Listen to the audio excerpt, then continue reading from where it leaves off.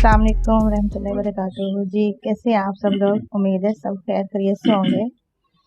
सबसे पहले तो मैं अपने मेहमान गिरामी उनका बहुत दिल से शुक्रिया अदा करना चाहूँगी कि उन्होंने हमारी वर्कशॉप को दिल से सराहा और हमारे प्रोग्राम में आए, जनाब कासमी साहब का और उनकी मिसेस तबीबा साइमा साहब का।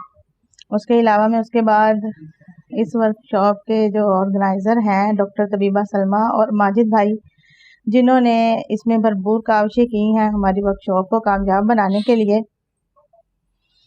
तो जो मेरा आज का मौजू है वो लेडीज़ की अलामात पे है। तो मेरा आज का मौजू, मैं आप लोगों का टाइम ज़्यादा ज़ाया नहीं करूँगी। तो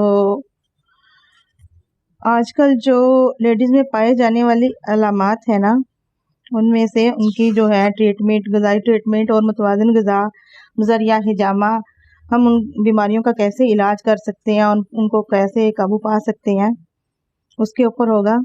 तो सबसे पहले तो मैं ख़वातीन में पाई जाने वाली जो आम अलामात हैं, जैसे कि पुराना बुखार है, सर दर्द है, डिप्रेशन है, उनके नफ्सियाती मसाइल हैं, उसके अलावा कब्ज़ और मोटापा है, जिसको ख़वातीन कोई बीमारी नहीं समझती, अपनी रोज़मर्रा की ज़िंदगी का हिस्सा बना लेती हैं और उसके चलते वो मुख्तलिफ़ किस्म की पेन किलर अद्वियात का इस्तेमाल करती हैं और बहुत लॉन्ग टाइम तक करती ही रहती हैं, जिसके साइड इफ़ेक्ट्स होते हैं।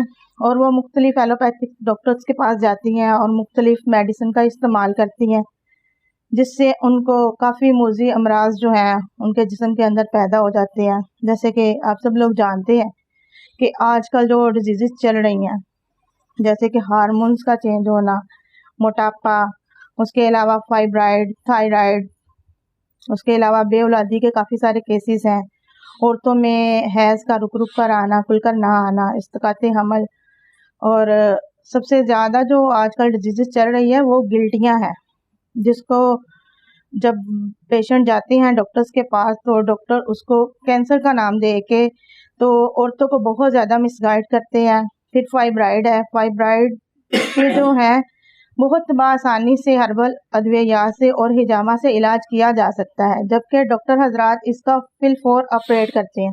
कुछ मेडिसिन खिलाने के बाद वो सर्जरी पे ले आते हैं और औरतों की जो ज़िंदगी है उसको बिल्कुल एक ऐसे मोड़ पर लाकर छोड़ देते हैं कि वो उसको फिर काबू नहीं पा सकते। तो इसमें जो है सबसे ज़्यादा ज़रूरी तो है कि हम लोग हिजामा के ज़रिए कैसे इन बीमारियों को पकड़ सकें और इसके सही पॉइंट्स जो हैं, हर बीमारी के अलग अलग पॉइंट्स हैं। हम किसी भी मरीज़ को कहीं भी किसी भी जगह पे हिजामा नहीं लगा सकते।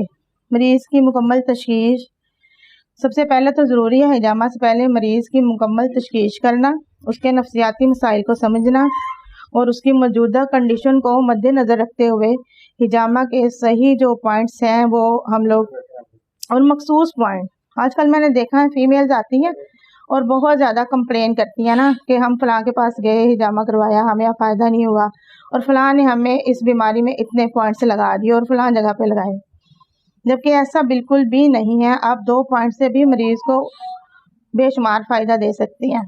और हिजामा जो है ना, हिजामा करना ज़रूरी, मैं समझती हूँ कि हिजामा करना ज़रूरी नहीं है। सबसे पहले मरीज़ की जो डाइट प्लान है हिजामा के बाद उसको वो दिया जाए, उसके मिजाज को समझते हुए उसको हिजामा के साथ ग़िज़ाई ट्रीटमेंट दिया जाए, उसके तमाम मुकम्मल हिस्ट्री ली जाए। और दूसरी बात ये कि मरीज़ डरते बहुत हैं हिजामा करवाने के टाइम, बहुत ज़्यादा उनके दिल में डर और खौफ होता है। कुछ जगह पे तो मैंने सुना है कि मरीज़ बेहोश हो जाते हैं।